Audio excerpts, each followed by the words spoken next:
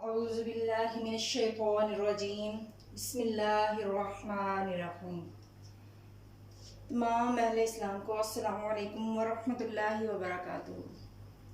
ناظرین، آج ہم سورۃ الانفال کے رکوع نمبر 8 سے آیت نمبر 59، 60 اور 61، 59، 60 اور 61 ان 3 آیات مبارکہ کا لفظی اور بامحاورہ ترجمہ سیکھیں گے۔ اس سے پہلے ہم باقی کے رکوع اور آیات ہم پڑھ چکے ہیں۔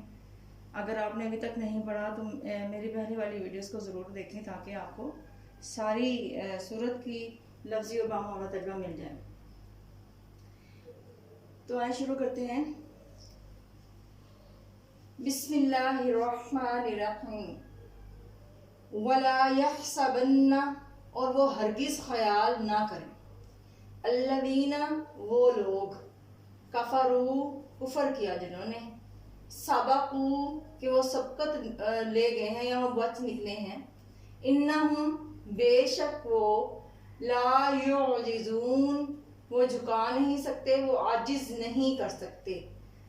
عین، جیم اور زے، یہ لفظ عجز ہے جس کا معنی جھکا دینا یا عاجز کر دینا۔ اردو میں بھی ہم یہ لفظ استعمال کرتے ہیں۔ صرف زیر زبر اور اعراب کا فرق ہوتا ہے۔ عربی میں کسی اور طرح سے مختلف معنی جب دے رہے ہوں، ماضی، حال اور مستقبل کا، تو سیغے بدل جاتے ہیں۔ وَأَعِدُّوا، اور تم تیار رکھو، لَهُمْ، ان کے لیے، مَسْتَطَعْتُمْ، جو کچھ تم سے ہو سکے، مِنْ قُوَّةٍ، قوت سے، اور مِنْ رِبَاطِ، بندھے ہوئے یا نشان زدہ یا تیار، خیلی، گھوڑوں سے، ترہبون، تم دھاک بٹھاؤ یا تم ہیبت بٹھاؤ یا تم خوف طاری کرو، بہی، اس سے، عدو اللہ، اللہ کے دشمنوں پر یا اللہ کے دشمنوں پر، وعدوکم، اور اپنے دشمنوں پر یا تمہارے دشمنوں پر، وآخرین، اور جو پیچھے والے ہیں یا جو بعد میں ہیں یا جو دوسرے لوگ ہیں، من دونہم، ان کے سوا، لا تعلمون، جنہیں تم نہیں جانتے، ہم، ان کو، تعلمون، یہاں پہ اصل لفظ صیغہ جو ہے عین لام میم، علم کا مطلب ہوتا ہے جاننا، لا کا مطلب نہیں، جنہیں تم نہیں جانتے۔ اللہ تعالی، یعلم، جانتا ہے، ہم، ان کو، وما، اور جو، تنفقو، تم خرچ کرو گے، من، سے، شیئن، کسی بھی چیز سے یا کوئی بھی چیز سے، فی، میں، سبیلی، راستے میں، اللہ کے، فی سبیل اللہ، اللہ کے راستے میں، یوفا، پورا دیا جائے گا، الیکم، تم سب کی طرف، وانتم، اور تم پر، لا تظلمون، ظلم نہیں کیا جائے گا۔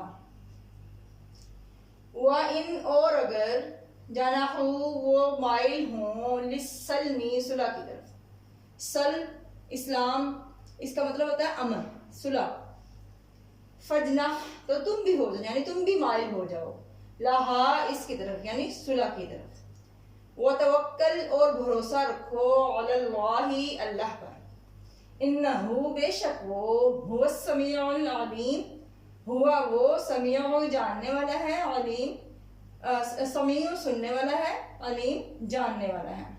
سمیع سماعت سے نکلا جس کا مطلب ہے سننا، علیم کا مطلب جاننا، جاننے والا۔ یہ تو تھا ہمارا لفظی ترجمہ۔ اب آئیے انہی آیات مبارکہ کا بامحاورہ ترجمہ دیکھتے ہیں تاکہ ہمیں معنی اچھے طریقے سے سمجھ میں آ سکے۔ وَلَا يَحْسَبَنَّ الَّذِينَ كَفَرُوا سَبَقُوا إِنَّهُمْ لَا يُعْجِزُونَ، اور کافر یہ خیال نہ کریں کہ وہ بھاگ نکلے ہیں، وہ اپنی چالوں سے ہمیں ہرگز عاجز نہیں کر سکتے۔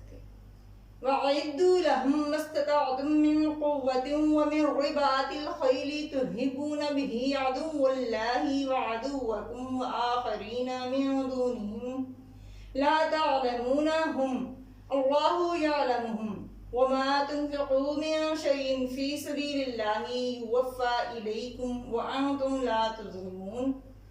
اور تیار رہو ان کے مقابلے کے لیے جہاں تک ہو سکے فوج کی جمعیت کے زور سے اور گھوڑوں کے تیار رکھنے سے، کہ اس سے ہیبت یعنی کہ دھاک بیٹھی رہے گی خدا کے دشمنوں اور تمہارے دشمنوں اور اس کے سوا اور لوگوں پر جن کو تم نہیں جانتے اور خدا جانتا ہے۔ اور تم جو کچھ راہ خدا میں خرچ کرو گے تو اس کا ثواب تم کو پورا پورا دیا جائے گا اور تمہارا ذرا نقصان نہیں کیا جائے گا، یعنی تم پر ظلم نہیں کیا جائے گا۔ یہاں پہ یہ نقصان کے معنی میں بھی آتا ہے، لا تظلمون، تمہارا نقصان نہیں کیا جائے گا یا تم پر ظلم نہیں کیا جائے گا۔ وَإِن جَنَحُوا لِلسَّلْمِ فَاجْنَحْ لَهَا وَتَوَكَّلْ عَلَى اللَّهِ إِنَّهُ هُوَ السَّمِيعُ الْعَلِيمُ۔ اور اگر یہ لوگ صلح کی طرف مائل ہوں تو تم بھی صلح کی طرف مائل ہو جاؤ اور اللہ پر بھروسہ رکھو، بے شک وہ سنتا جانتا ہے۔ یہ تھی ہماری 3 آیات مبارکہ جس میں ہم نے چیزیں سیکھیں، اللہ تعالیٰ کے احکامات سیکھے کہ ایک تو یہ کہ کافر ہرگز یہ خیال نہ نکلیں کہ وہ اپنی چالوں کے ذریعے سے مسلمانوں کو یا اللہ تعالیٰ کو عاجز کر سکتے ہیں یا وہ مسلمانوں سے بچ کر بھاگ نکلے ہیں۔ اور پھر اللہ تعالیٰ دوسری اس سے آگے والی آیت میں مسلمانوں کو یہ نصیحت فرما رہے ہیں کہ جہاں تک ہو سکے جنگ کے لیے تیار رہو، اپنی جمعیت سے یعنی متفق ہو کر اور اپنے جو ساز و سامان ہے جنگ کا اس کو تیار رکھو، تاکہ اس سے کیا ہوگا کہ اللہ تعالیٰ کے دشمنوں اور تمہارے دشمنوں پر ہیبت طاری رہے گی اور ان کو یہ ہمت ہی نہیں ہوگی کہ وہ مسلمانوں اور اسلام کے خلاف کھڑے ہو سکیں۔